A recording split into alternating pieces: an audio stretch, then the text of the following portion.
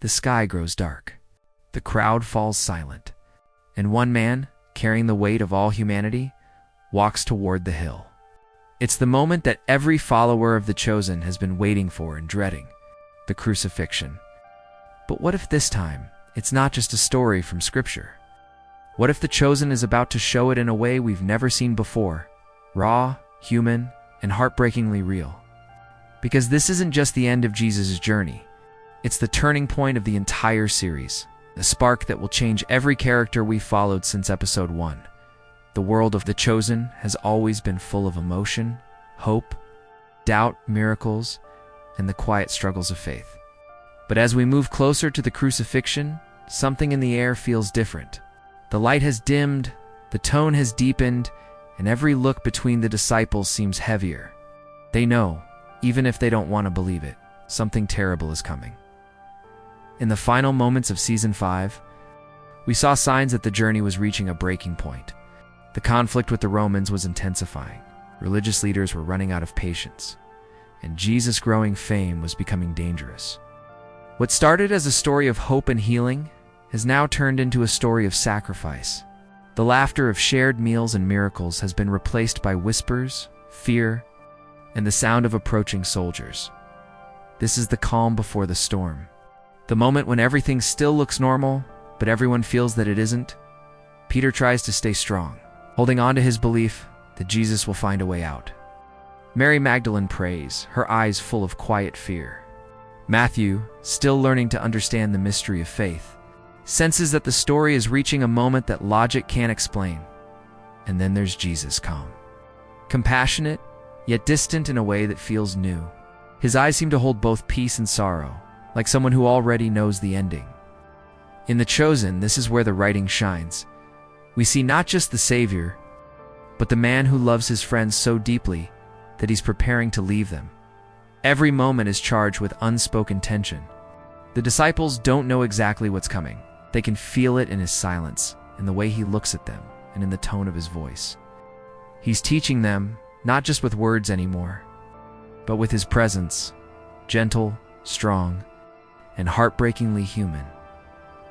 This is what makes The Chosen different from any other telling of this story. It's not about showing pain for shock value. It's about showing love in its purest, most painful form. The audience isn't just watching history, they're feeling the heartbreak of friendship, the confusion of faith, and the cost of redemption. As the storm begins to form on the horizon, we realize this isn't just the story of a crucifixion. It's the story of every person who has ever loved, doubted, lost, and still chosen to believe. The road to the crucifixion didn't start with betrayal or pain. It began with laughter, miracles, and dusty sandals walking through quiet villages. It began with a man who looked ordinary, yet spoke like no one else ever had. From the first moment of The Chosen, we've seen Jesus not as a distant figure, but as someone deeply human, eating with outcasts, smiling with children, healing the forgotten. Every miracle, every teaching, and every tear was building toward this moment. Think back to where it all began, the shores of Galilee. Simon Peter, frustrated and hopeless after a night with no catch, throws his net one last time because a stranger told him to.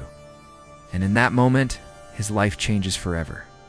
That wasn't just a miracle of fish, it was the first crack in the wall between the ordinary and the divine. Then came Matthew, the tax collector. No one wanted near them. His meeting with Jesus was quiet, almost awkward, yet it carried a power stronger than any storm. When Jesus said, "Follow me," Matthew didn't hesitate. That simple act of obedience became the foundation of something eternal. Mary Magdalene's redemption still lingers as one of the most emotional arcs in the series. Broken, lost, and consumed by darkness, she found light not in judgment, but in kindness. The moment Jesus called her by name still echoes as a reminder. Grace sees us before anyone else does. And as the seasons unfolded, Chosen didn't just tell Bible stories, it told human stories. Thomas falling in love, but learning to surrender. Judas struggling between admiration and ambition, and John, the silent observer, watching everything with eyes full of faith and fear, but with every miracle the leper healed. The paralyzed man walking, the feeding of thousands, The shadow grew longer. The more Jesus revealed of his power, the more the world began to turn against him. The Pharisees watched closely. The Romans grew suspicious.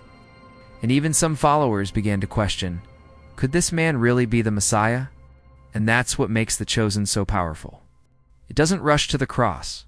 It walks slowly, step by step, showing what it costs to love in a world that resists change. We see Jesus tired, dusty, and misunderstood, yet still gentle, still choosing compassion. As we reach the edge of Season 5, the tension tightens. The disciples don't yet know that the story they're living will be told for thousands of years. To them, it's just a confusing series of miracles, enemies, and promises that feel impossible to hold on to. But for us, the viewers, we can already see the shape of the hill, forming in the distance. Golgotha is waiting, and every moment, every smile, every tear, it's been leading there since the very beginning. This is not just a story about faith. It's about friendship, about how love can be powerful enough to change the world and painful enough to carry a cross. It's easy to see the crucifixion as just an ending, the tragic fall of a good man, betrayed and broken. But The Chosen has never been about simple endings. It's about moments that look like defeat, but hide something far greater. Underneath, when we talk about the crucifixion in the world of The Chosen, we're not just talking about the nails or the cross. We're talking about why it had to happen and what it meant for every person who stood there watching. The beauty of The Chosen is that it shows Jesus not as a distant savior, but as someone deeply aware of what's coming.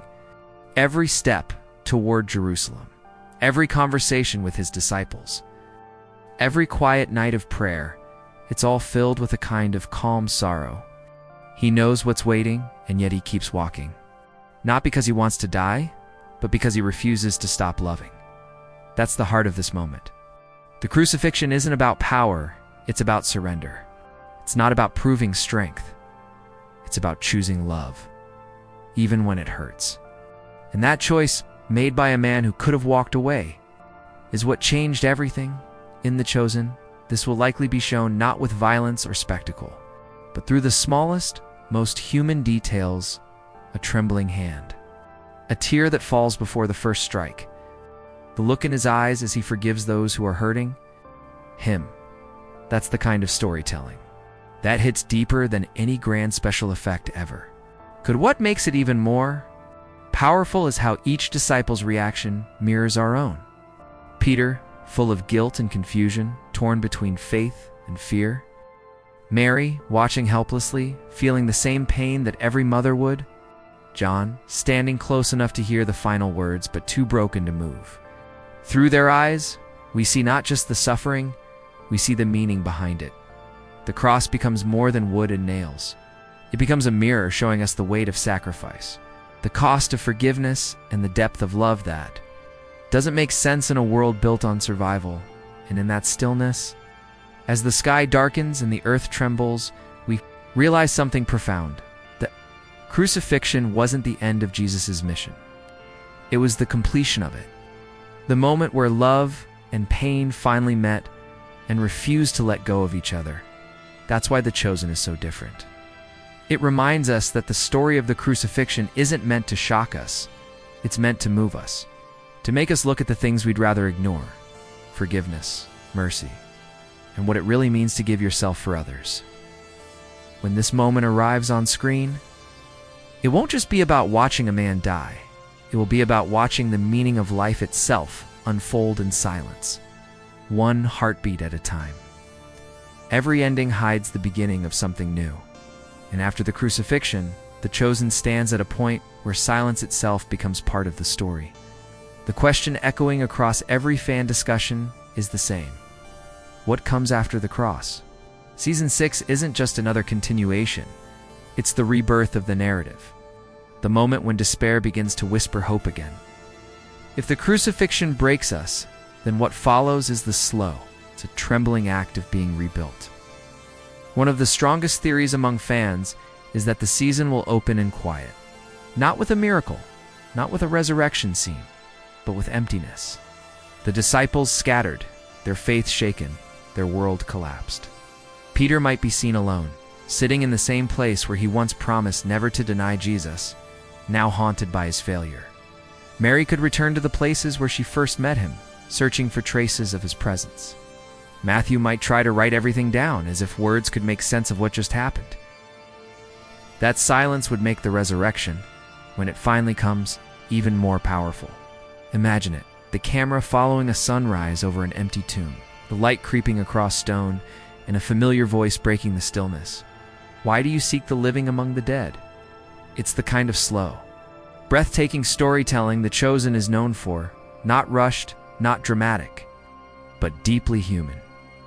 Another theory gaining attention is that Season 6 will explore how faith survives in the absence of proof. Without Jesus physically there, the disciples must face the real challenge to believe without seeing. That's the moment where The Chosen could shift from miracles to mission. We might see the beginning of the early church forming, small, frightened, yet unstoppable. There's also a fascinating idea that the show will weave in flashbacks from earlier seasons, scenes of joy, laughter, and lessons now reappearing as memories haunting or guiding the characters.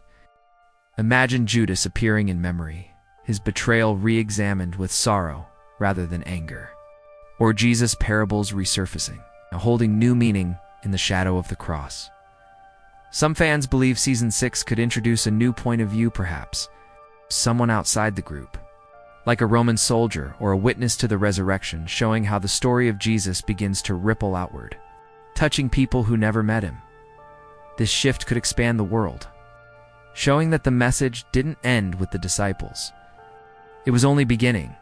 And then there's the biggest mystery of all, how the series will handle the resurrection itself. Will it be shown directly, or hinted through the eyes of those who experience it? The creators have teased that it will be unlike any version we've ever seen, which means we might not watch a miracle, we might feel it. Season 6 isn't just about what happens after death. It's about what happens when faith is all that's left, when the world feels empty. And one whisper of hope can change everything. If the crucifixion is the fall, then Season 6 will be the rise, quiet, powerful, and full of light breaking through the dark. When the cross finally stands tall against the dark sky, The Chosen will do more than just show pain. It will make us feel what faith costs, not through blood or spectacle, but through the ache that silence leaves behind. This is where the series transcends being just a retelling of the gospel. It becomes a mirror for every person watching, a mirror reflecting grief, love, guilt, and hope, all tangled together. The crucifixion is not just Jesus' story anymore. It's ours. The emotional power of The Chosen has always come from its humanity. The way the camera lingers on faces, the quiet pauses between words, the tremor in a prayer whispered through tears. When the disciples watch their teacher, their friend, being taken away, we don't just see characters, we see ourselves in their fear and confusion. We know what it's like to lose something that once gave us purpose. And yet, even in the heartbreak, there's something sacred. The show reminds us that pain and peace can exist in the same moment. When Mary Magdalene falls to her knees, she isn't only crying for Jesus, she's crying for the part of herself that was healed by him. When Peter hides from the world, he's not just broken, he's being remade, stripped down to the truth of what faith really is, not perfection, but persistence. Spiritually, this moment forces every character and every viewer to face a choice. What does faith mean when the miracle doesn't come? When the silence feels endless? The Chosen doesn't offer easy answers. Instead, it invites us to sit in that silence, to listen for the heartbeat that still echoes under the noise of loss. The crucifixion, in the hands of The Chosen, won't just be a scene, it'll be a transformation. Because faith isn't proven by the absence of pain, it's revealed through it. The message is simple but profound. Love costs something. It demands everything, and yet, it gives back something eternal.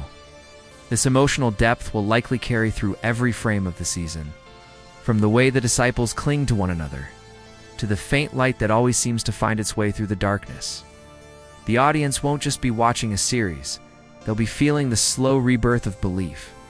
And when the story shifts from death to resurrection, that transition won't be loud or sudden. It will be like dawn breaking after a long night, quiet, almost unnoticed at first. But when it arrives, it will flood everything with meaning.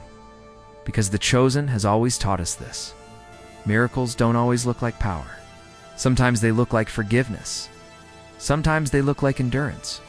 And sometimes they look like love that refuses to die. In that, the crucifixion becomes more than a story to remember. It becomes a message to live by, that even when everything falls apart, something divine is still being written between the tears. The world holds its breath. The hill is silent now. The nails are buried deep. The storm has passed. And yet something still lingers in the air. It's not despair. It's not even grief. It's a quiet awareness that what just happened will never be forgotten. This is where Chosen transforms from storytelling into something sacred. The crucifixion is no longer just an event. It becomes a doorway, one that opens from death into meaning, from endings into beginnings. When the credits roll on this chapter, the audience won't walk away thinking, "What a tragedy." They'll sit in silence, tears on their faces, realizing they've just witnessed love in its purest form, because the chosen doesn't end with death, it ends with the whisper that love is stronger than it. The closing moments will likely show emptiness, the cross standing alone. The disciples scattered, Jerusalem still unaware of the miracle waiting at dawn. And that's what makes it so powerful. The story doesn't tell us to believe, it dares us to. It leaves us with the same uncertainty the disciples felt, the same ache of loss, and the same question that every heart must answer. What now? That's the genius of this show. It doesn't demand faith. It awakens it. It doesn't preach. It invites. By stripping away grandeur and focusing on the human soul, it shows that the story of Jesus isn't about ancient times. It's about us. About the moments we break, the times we lose hope, and the courage it takes to trust in something we can't see as the screen fades to black. One truth remains. The crucifixion was never the end. It was the beginning of a story that would ripple through time. It's touching hearts centuries later, including ours, and that's where the audience becomes part of the narrative. Because the chosen doesn't just want viewers, it wants witnesses. People who carry the message forward that forgiveness is stronger than failure, that love survives loss, and that light never really dies. It just waits for dawn. So when the final scene fades and the quiet returns, the invitation is clear. Don't just watch the story, live it. Carry its peace into the noise of your world, its kindness into your anger, and its courage into your fear. Because in the end, the chosen isn't asking you to remember Jesus' death. It's asking you to remember why he did it and to believe that the story isn't over. For a faceless video like this, emotion doesn't come from a face. It comes from sound, movement, and silence. The power of this story lies not in showing, but in feeling. So every frame, every sound, every pause must breathe with intention. Imagine the opening shot. A slow pan across a storm-darkened sky. Wind moves across dry earth. The faint sound of a heartbeat fades into the distant echo of a hammer striking wood. No faces, no dialogue. Just sound and shadow. The mood is heavy, sacred, and cinematic. The kind that makes the audience lean closer without even realizing it. The narration begins calm, low and emotional, over muted colors and textured light. The tone should shift gradually from sorrow to hope, using warmth and lighting as a visual symbol of resurrection. Early scenes stay in cool tones, blues, grays, and washed-out golds, while later ones breathe into soft sunlight and warmer hues, subtly guiding the viewer from despair to redemption. Throughout the video, use visual metaphors instead of literal depictions. Show a single drop of water rippling outward in slow motion to symbolize the spreading of faith. A flickering candle surrounded by darkness for the disciples' fear. A single olive branch or a broken loaf of bread to remind viewers of the Last Supper. These small details hold more emotional weight than direct imagery. Cinematic pacing is crucial. Each line of narration should have space to resonate. Don't rush. Let the viewer feel the silence between words. That's where reflection happens. Background sounds should never overpower. They should breathe with the narration. Think of subtle strings, echoing drums, or distant choirs that rise and fade like waves.